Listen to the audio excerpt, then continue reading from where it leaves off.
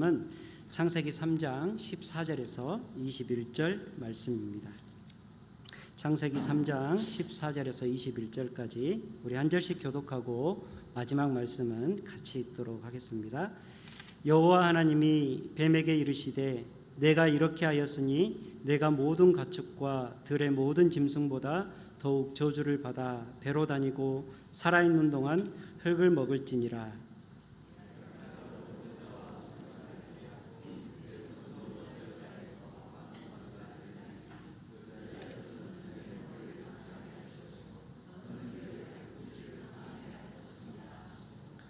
또 여자에게 이르시되 내가 내게 임신하는 고통을 크게 더하리니 내가 수고하고 자식을 낳을 것이며 너는 남편을 원하고 남편은 너를 다스릴 것이니라 하시고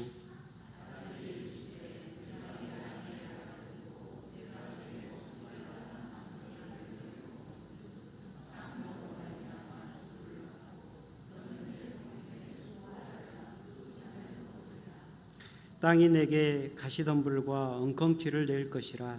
내가 먹을 것은 밭의 채소인즉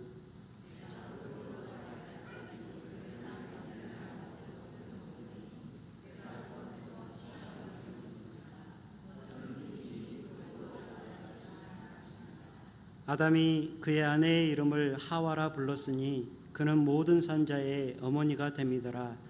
여호와 하나님이 아담과 그의 아내를 위하여 가죽옷을 지어 입히시니라. 아멘.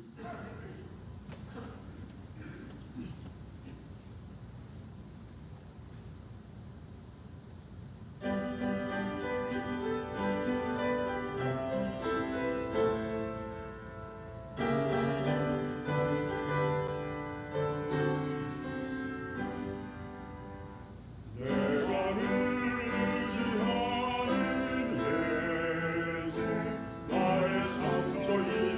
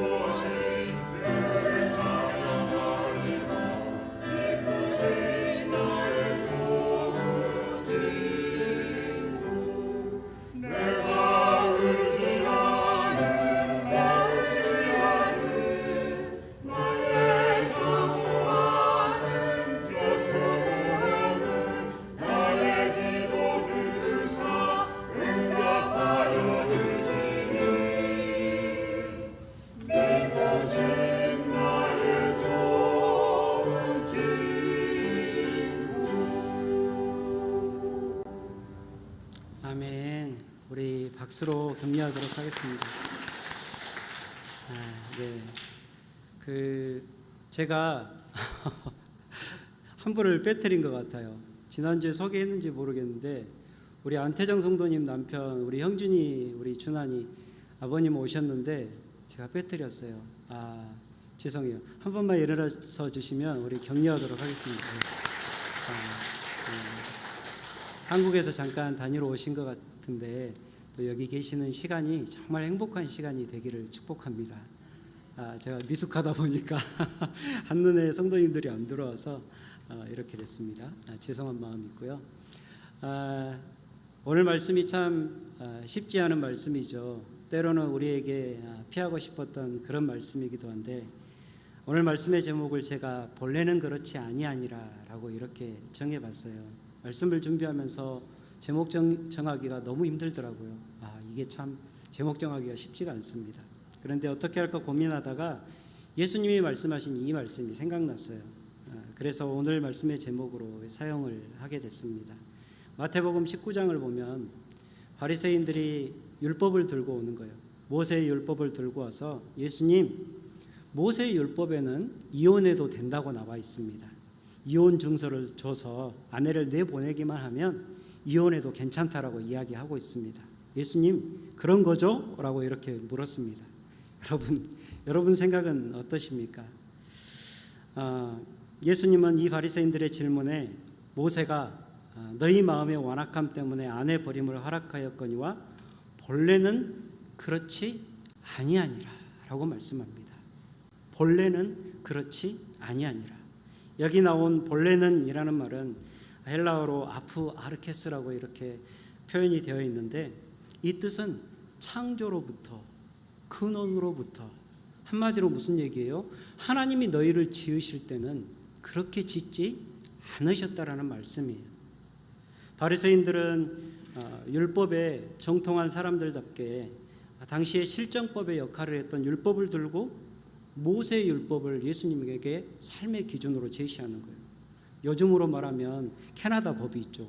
예수님, 캐나다 법이 이런데 캐나다 법대로 좀 해도 되지 않습니까? 캐나다 법에 이혼해도 되지 않습니까? 이렇게 물어보는 것처럼 이야기를 하는 것입니다. 그러나 예수님은 율법에 앞서는 더 근본적인 하나님의 창조의 원리가 원래 우리의 삶의 기준이 되어야 함을 우리에게 말씀하시는 것입니다. 우리를 창조하신 하나님의 원래의 뜻으로 사람이 회복되어 가는 것을 우리는 구원이라고 이야기하고 있습니다.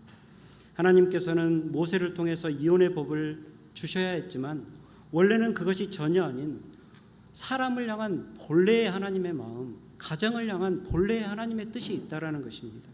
여러분, 어떤 부모가 자식이 와서 아버지 어머니 저 이혼해야 되겠어요, 이혼할 거예요 이렇게 얘기하면 어떤 부모가 이렇게 얘기하겠습니까? 그래, 이혼해야지, 이혼한다고 법에 위배되는 거 아니잖아, 이혼해 라고 이야기하는 부모가 어디 있겠습니까?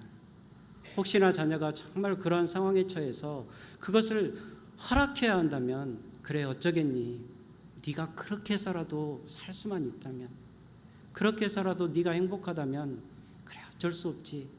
그러나 그렇게 말하는 부모의 본래의 마음은 무엇입니까? 자녀가 행복하게 가정생활을 하는 것입니다. 누구보다 행복하게, 누구보다 유복하게 그 가정을 이끌어가는 것이 부모의 본래의 마음이라는 것입니다.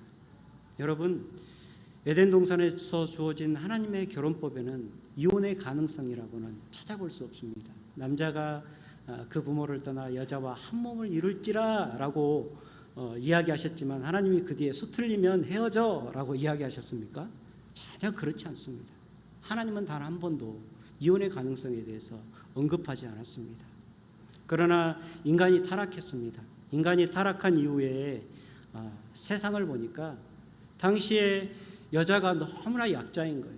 절대적인 약자이고 불평등한 대접을 받을 수 없었던 여성을 보호하고 그 피해를 막기 위해서 하나님께서는 이혼의 법을 주셨다라는 것입니다. 그래서 예수님은 이 법이 생기게 된 원인을 무엇이라고 얘기합니까? 너희 마음의 완악함 때문이라고 말씀합니다. 우리의 완악함 때문에 하나님이 할 수 없이 주셨던 이 법이 하나님의 본래의 창조의 원리를 거스를 수 없다는 것입니다. 하나님의 본래의 뜻인 그 마음을 결코 뛰어넘거나 뒤엎을 수 없다라고 말씀하는 것입니다. 여러분, 우리가 말씀 생활을 한다는 것은 표면적인 문자에 가려진 이면적인 하나님의 본 마음을 더욱더 깊게 깨달아가는 것입니다. 하나님이 이렇게 하셨다고 해서 그것이 오늘 내 삶에 문자적으로 그대로 적용되는 것뿐만 아니라 그것을 넘어서서 그렇게 말씀하실 수밖에 없었던 그 하나님의 본래의 마음을 헤아리는 것, 그것이 우리가 추구해야 되는 말씀 생활인 것입니다. 그 하나님의 뜻을 발견하고 그 하나님의 뜻을 향해서 우리가 한 걸음 한 걸음씩 우리의 삶을 옮겨가는 것, 그것을 우리는 구원의 길이라고 이야기를 하고 있습니다. 창세기에는 앞으로 우리가 묵상 본문으로 주어진 이 창세기인데요, 얼마간 창세기의 말씀을 계속 묵상하게 될 거예요. 그런데 창세기에는 하나님이 우리에게 원래 기대하셨던 피조 세계의 원형이 묘사되어 있습니다. 원래 하나님의 기대함과 기쁨이 어디에 있었는지 이 창세기 말씀이 우리에게 잘 알려주고 있습니다. 창세기 말씀을 읽고 묵상할 때 나를 위해서, 내 삶을 위해서 이 모든 세상을 창조하시고 또 나를 하나님께서 창조해 주신 그 깊은 사랑과 뜻을 깨달아 알아가는 우리가 되길 축복합니다. 오늘 말씀은요, 인생이 가진 모든 근본적인 고통과 수고라는 이 문제에 대해서 우리가 어떻게 생각해야 할 것인지 그것을 알려주는 말씀입니다. 우리는 너무 쉽게 고통과 수고하면 이것은 하나님의 징벌이야, 하나님의 징계야 라고 생각을 하죠. 목사님도 자주 얘기하셨지만 여러분, 갑자기 어려운 문제가 생기고 가정에 갑자기 어려운 문제가 닥치고 또 자녀들이 잘못되거나 내 삶이 잘못될 때 무슨 생각부터 먼저 합니까? 두려움에 사로잡히는 거예요. 아이고, 하나님이, 내가 하나님께 무슨 죄를 지었나, 이런 생각을 먼저 하게 되는 것이 인간의 모습입니다. 그래서 우리는 너무 쉽게 고통과 수고에 대해서 죄의 결과로만 단정짓는 우리의 모습을 볼 수 있습니다. 여러분, 그래서 신앙생활하면서 신앙인들이 한 번쯤은 아담과 하와를 원망합니다.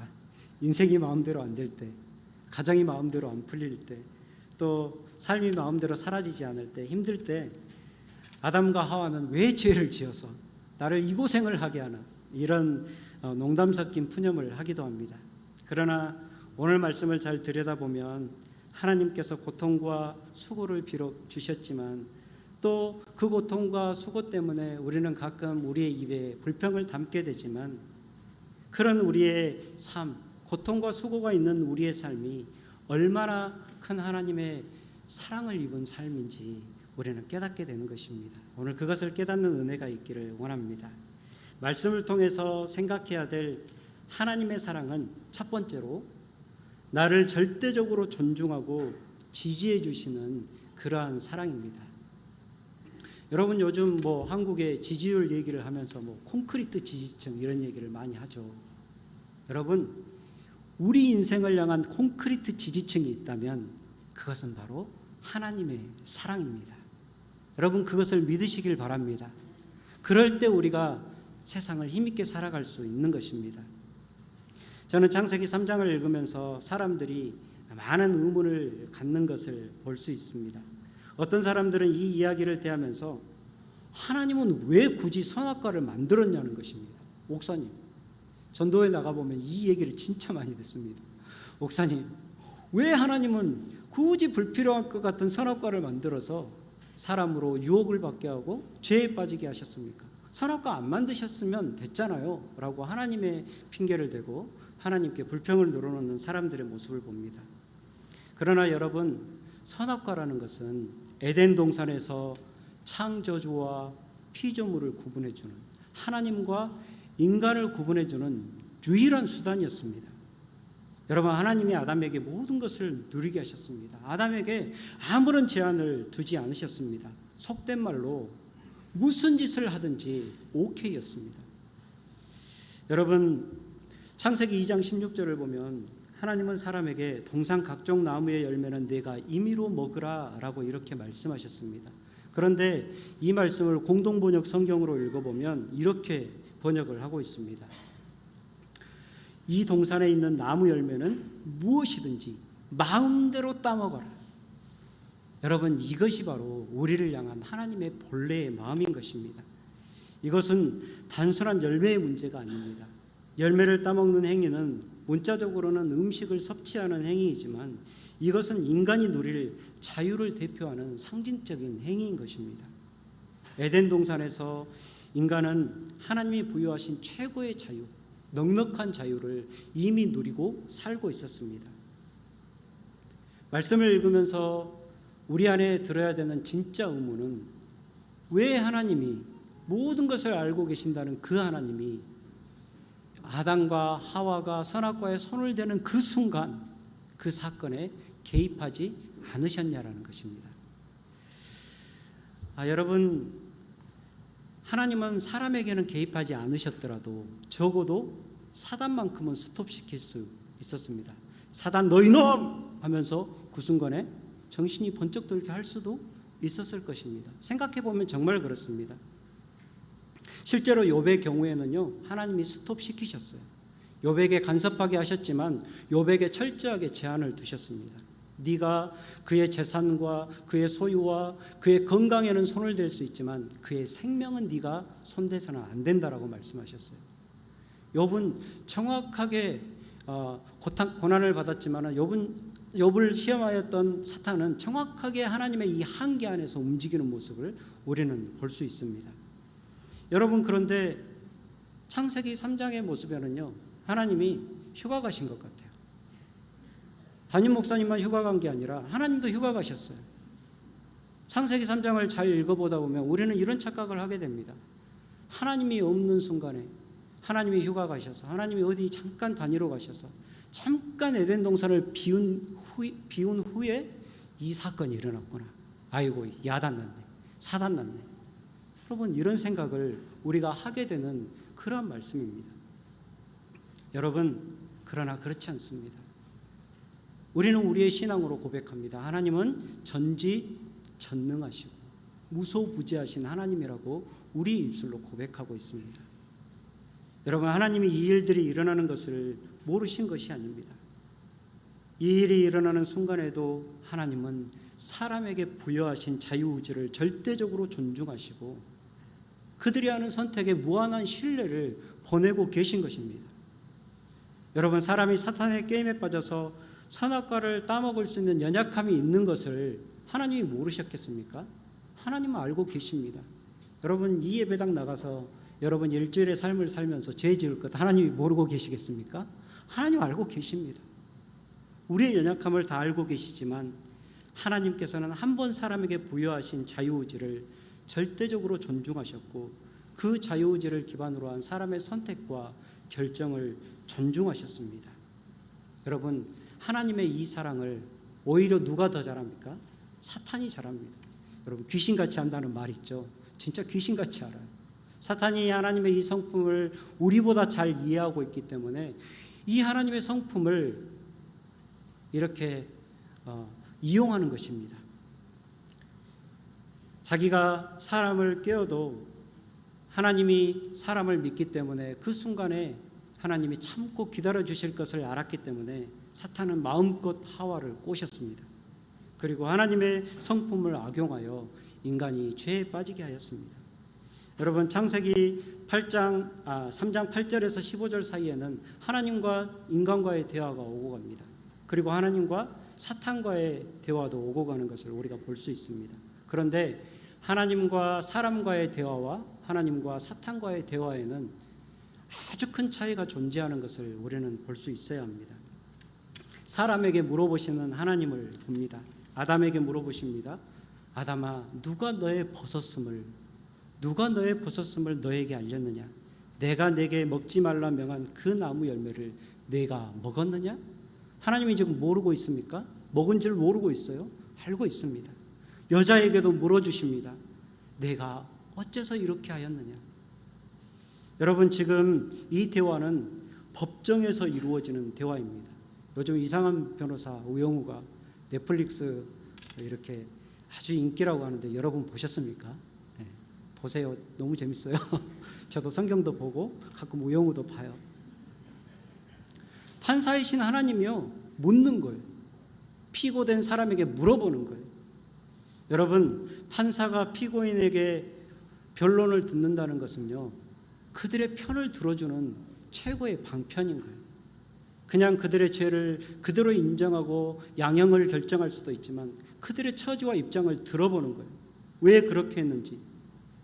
때에 따라서는 죄를 지은 사람이 그 사정을 헤아리고 그들의 의견을 이렇게 헤아릴 때, 말할 때 그들의 의견을 존중해서 무죄를 선언하기도 하고, 때로는 그들의 형량을 줄일 기회를 주시는 거예요. 하나님은요, 이렇게 사람에게 들어보고자 했어요.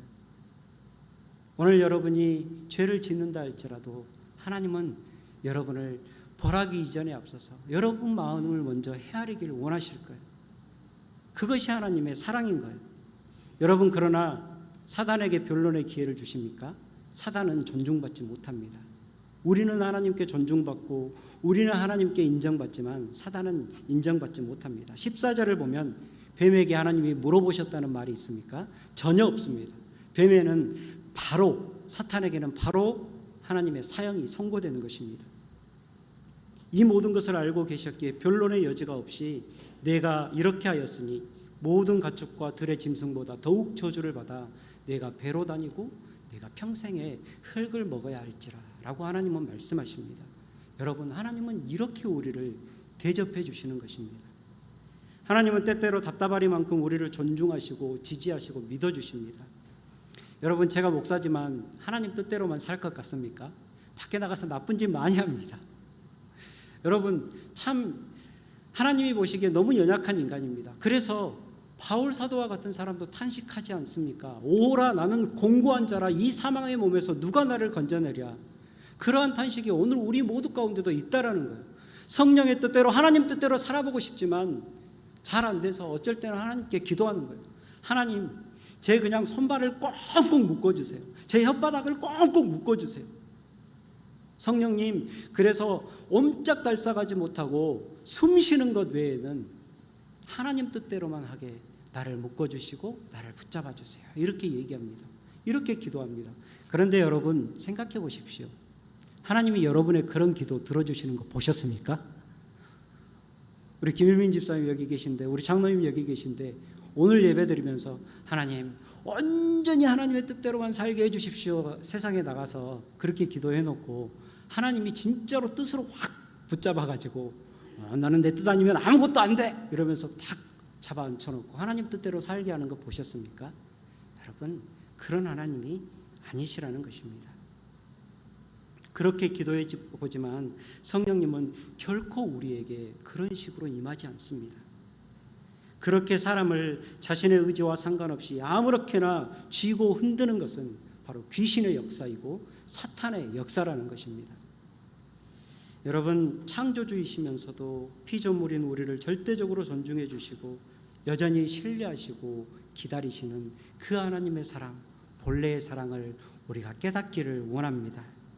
하나님은 우리에게 선악과를 따먹을 수 없기 때문에 못 따먹는 사랑이 아니라 내가 얼마든지 따먹을 수 있음에도 불구하고 하나님을 존중하고 사랑하기 때문에 자발적으로 따먹지 않고 순종하는 그 사랑을 기대하고 계신 것입니다. 하나님은 우리에게 그리스도를 통하여서, 그리스도의 피보혈을 통하여서 사람의 자유의지를 온전하게 회복하였습니다. 우리의 육체의 이 자유를 가지고 육체의 기회를 삼지 말고 오히려 말씀대로 하나님을 위한 기회를 삼는 우리 모두가 되기를 주의 이름으로 축복합니다. 두 번째로, 하나님의 사랑은요, 저주도 징계도 복이 되게 하시는 절대적인 사랑입니다. 여러분, 창세기 34장 6절과 7절을 보면 하나님이 자기에 대해서 증언하십니다. 하나님의 자기 증언이 나오죠.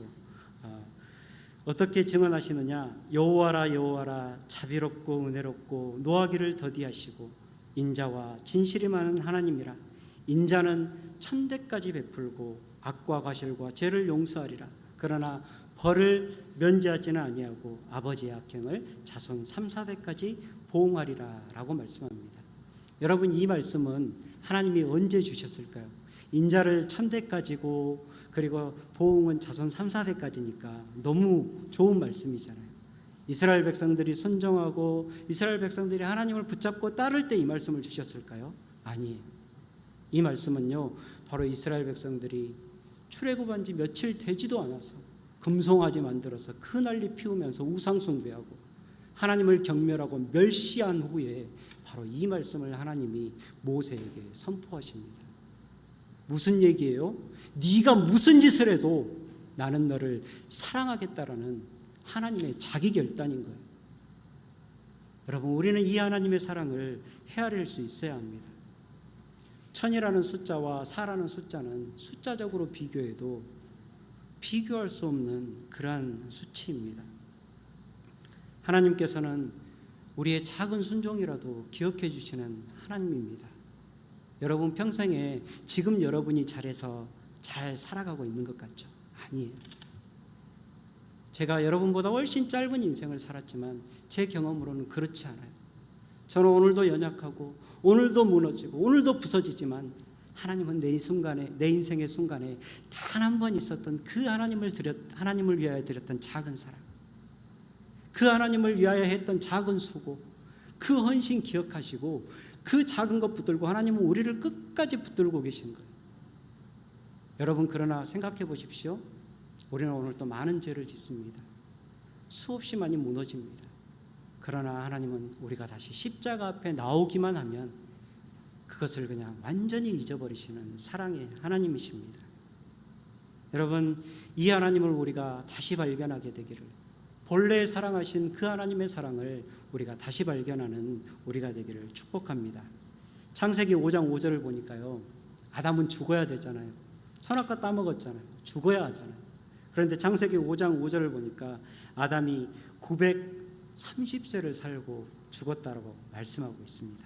여러분 900살까지 살고 싶으시죠? 안 살고 싶어. 이거 거짓말인 거 다 알아요. 대한민국의 3대 거짓말이라고 그러잖아요. 어른들이 빨리 죽어야지.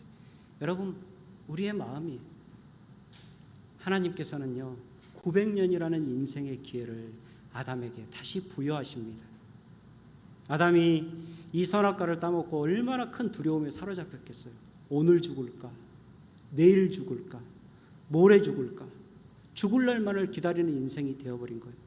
그러나 하나님은 아담에게 그러한 죽을 날만을 기다리는 저주받은 인생이 되지 않게 하시고 아담에게 900년이 넘는 삶을 살게 하시고 그에게 여전히 하나님의 사명을 맡은 사명자로 살게 하셨습니다.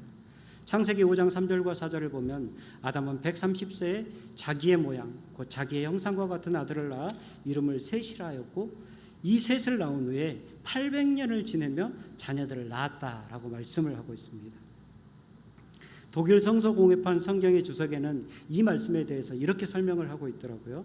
하나님은 사람에게 자기의 형상과 같은 자식을 낳고 그로써 사람을 자기 형상, 곧 하나님의 형상대로 창조하신 창조주의 일을 계속할 능력을 주셨다라고 평가하는 것을 볼 수 있습니다.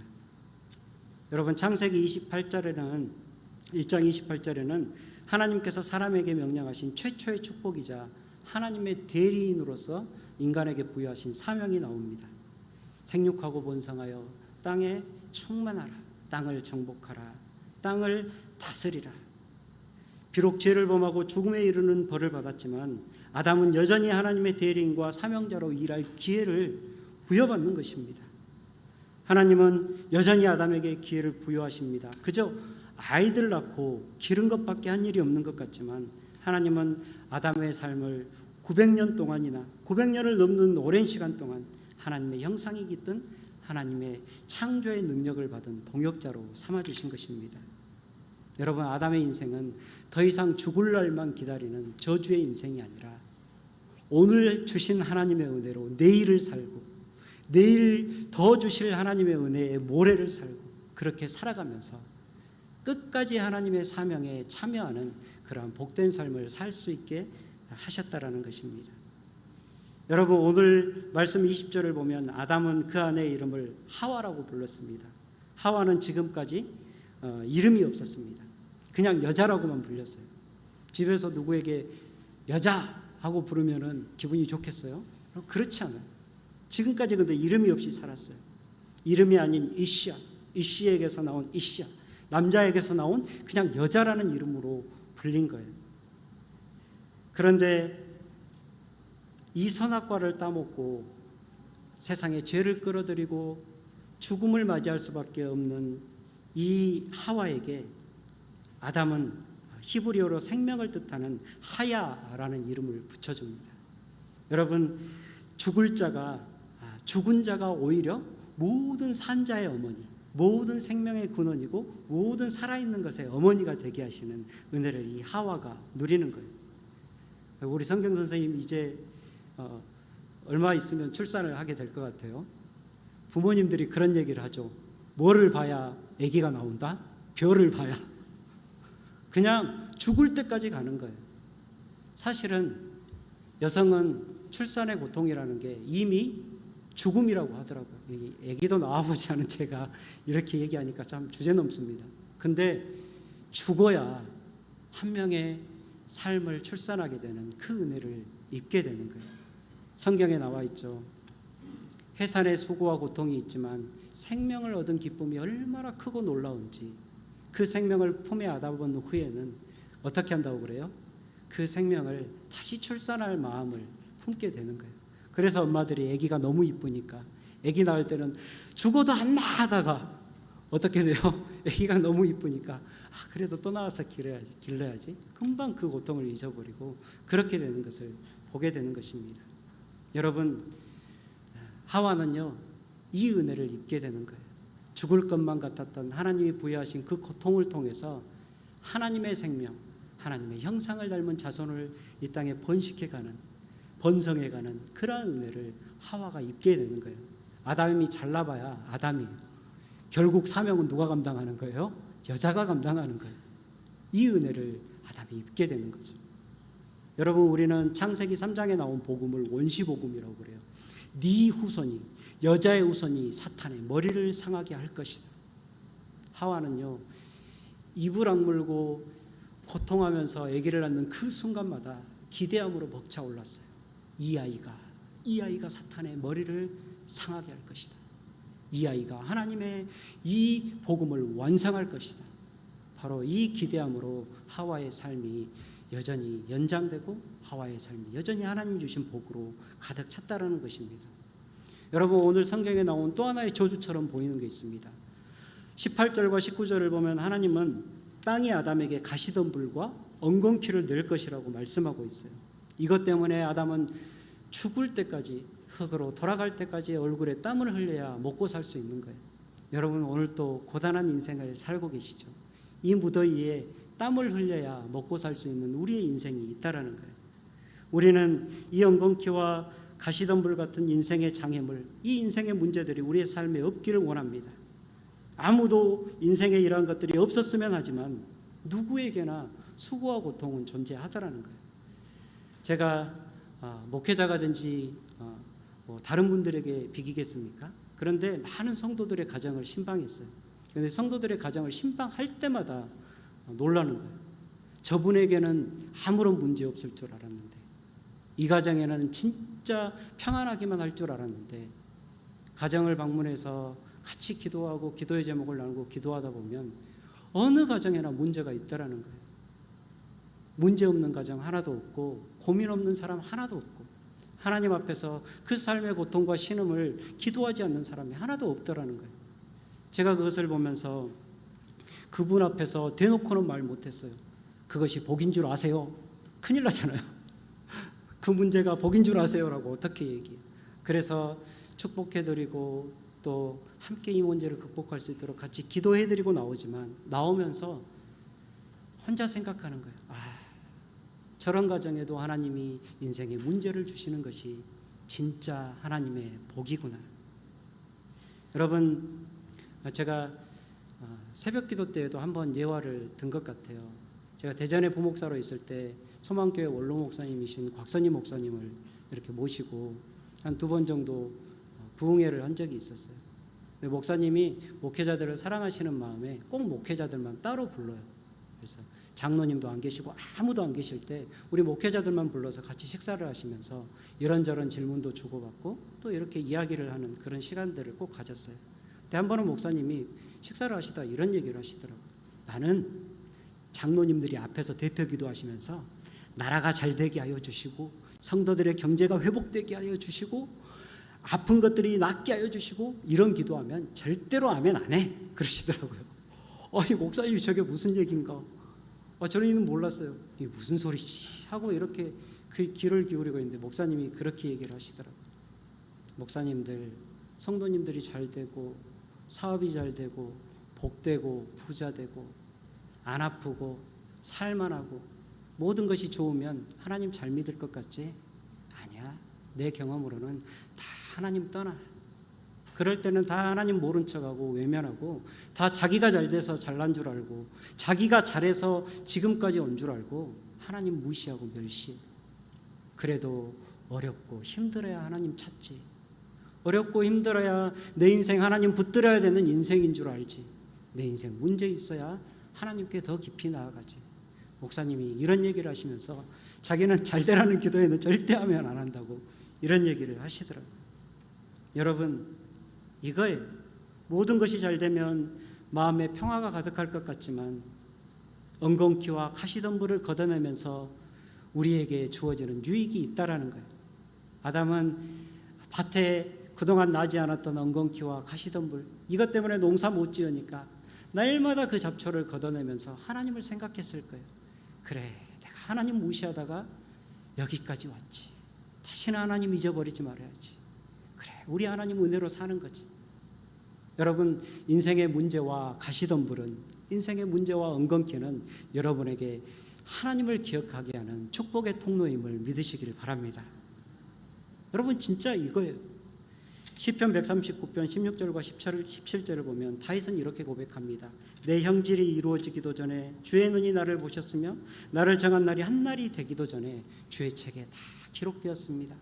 하나님, 나를 향한 하나님의 생각이 어찌 그리 보배로운지요. 그 수가 어찌 그리 많은지요. 여러분, 나를 향한 하나님의 생각이 보배롭고 나를 향한 하나님의 수가 그렇게 많으면 내 인생이 좀 평탄해야 되잖아요. 내 인생이 좀 잘 풀려야 되잖아요. 그런데 그렇지 않았다라는 거예요. 다윗이 정말 평안하고 엉겅퀴나 가시가 없는 삶을 살았기 때문에 이것을 깨달은 것이 아니라 다윗의 인생 가운데 하나님이 남이 경험할 수 없는 풍파를 두셨기 때문에 다윗은 오히려 이 하나님의 신묘막측함을 고백하는 사람이 되었다라는 거예요. 여러분, 우리가 쉽게 다윗처럼 된다고 얘기를 해요. 그래서 아들 이름을 뭐라고 지어줍니까? 데이빗이라고 지어져요. 한국에서 제 이름, 영문 이름이 데이빗이었어요. 근데 여기 오니까 데이빗이 너무 많더라고요. 지금 영문 이름을 개명할까 좀 고민을 하고 있습니다. 데이빗 아니에요. 여러분, 다윗의 삶은요, 우리가 생각하는 것처럼 그렇게 은혜와 복으로 가득한 삶이 아니었어요. 마음대로 되는 것이 하나도 없는 삶이었어요. 왕이었잖아요.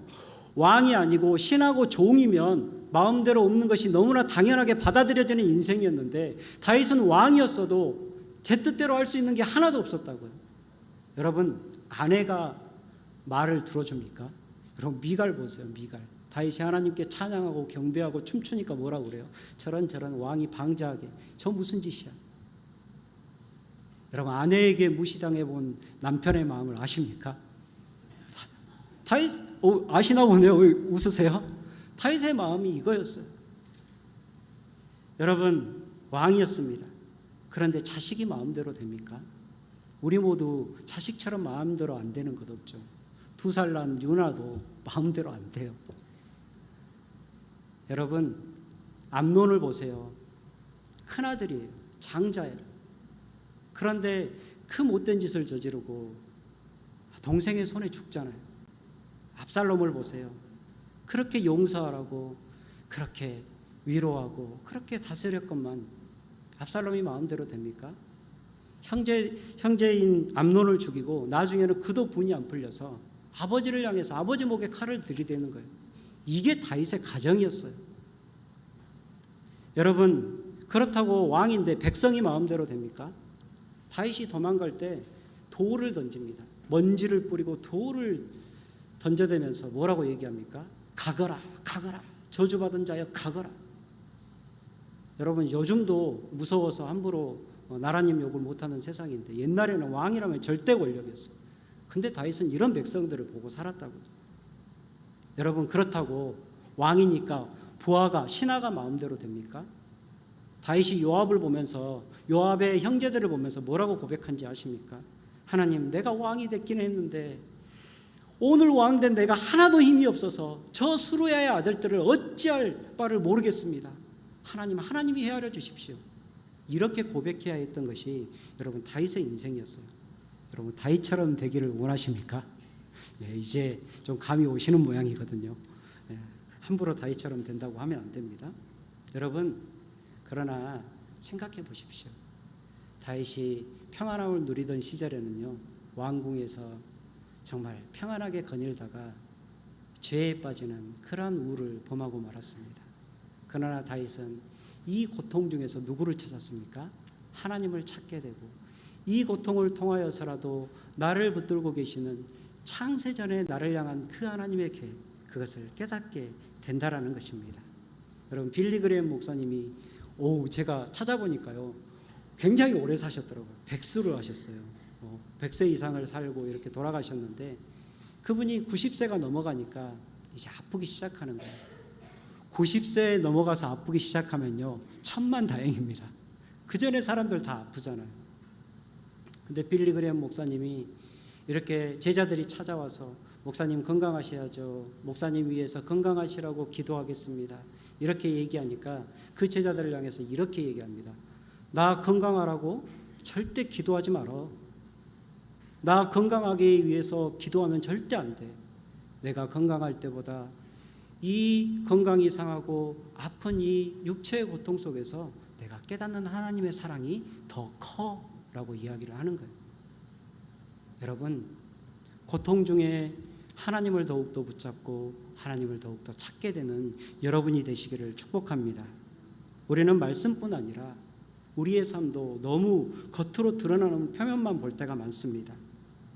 내가 잘 되면 하나님이 축복하신 것이고, 내가 안 되고 문제가 있고 아픔과 고통 가운데 있으면 하나님이 나를 저주하고 하나님이 나를 징계하신 것이라고 생각할 때가 많습니다. 그러나 때로는 너무도 피하고 싶은 저주와 징계 안에 담긴 하나님의 이면, 하나님의 그 본래의 사랑, 하나님의 그 참사랑을 우리가 볼 수 있어야 한다는 것입니다. 여러분, 만약에 우리가 이것을 보지 못하면 우리는 저주받은 인생에 머물고 마는 것입니다. 하나님은 여전히 우리를 향해서 절대적인 존중함을 가지고 계십니다. 하나님은 오늘도 여러분을 신뢰할 것입니다. 하나님은 오늘도 여러분에게 이야기하시는 것입니다. 해봐. 그래, 해봐. 할 수 있어. 하나님이 이 마음이 바로 우리를 향한 본래적인 마음이라는 것입니다.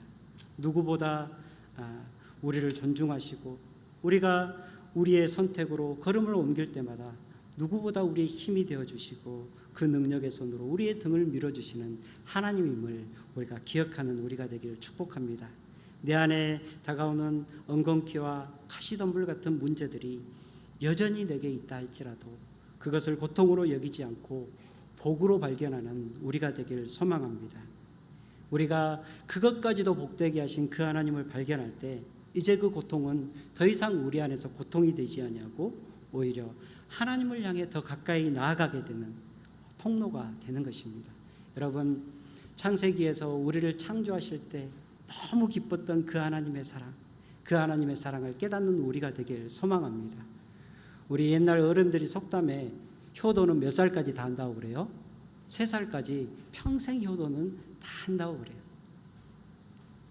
그 3살까지의 자녀를 바라보는 그 부모의 기쁜 마음, 뭘 해도 아깝지 않은 그 하나님의 마음, 그것이 바로 우리를 창조하신 하나님의 본래의 마음이라는 것입니다. 한 주도 이 마음 붙들고 승리하며 살아가는 우리가 되길 주의 이름으로 축복합니다. 우리 함께 기도하겠습니다.